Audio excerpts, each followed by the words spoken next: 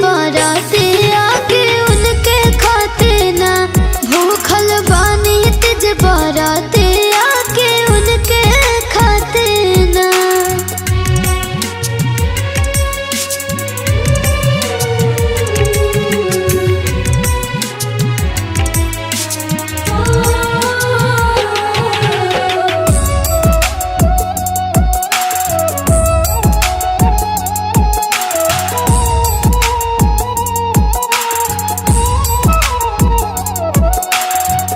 बाने निर्जल फल मांगे ना विशेष जी उनका पे आवे नहीं कवनो कलेश जी।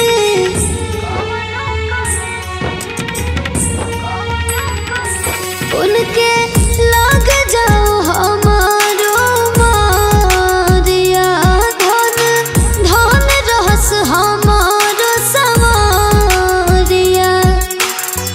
करत बानी अपना दिल से बिनतिया होके उनके खाते ना भूखल बानी तिज बाराते आके उनके खाते ना भूखल बानी तिज बाराते आके उनके खाते ना।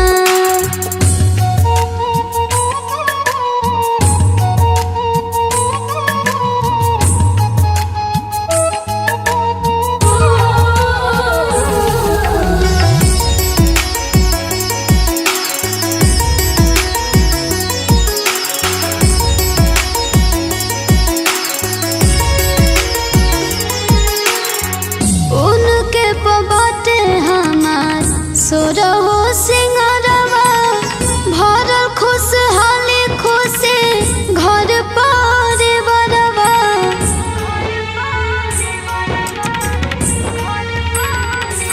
रउआ कइले हिया राजी कबूल जी मायूस रहस न प्रिंस राहुल जी।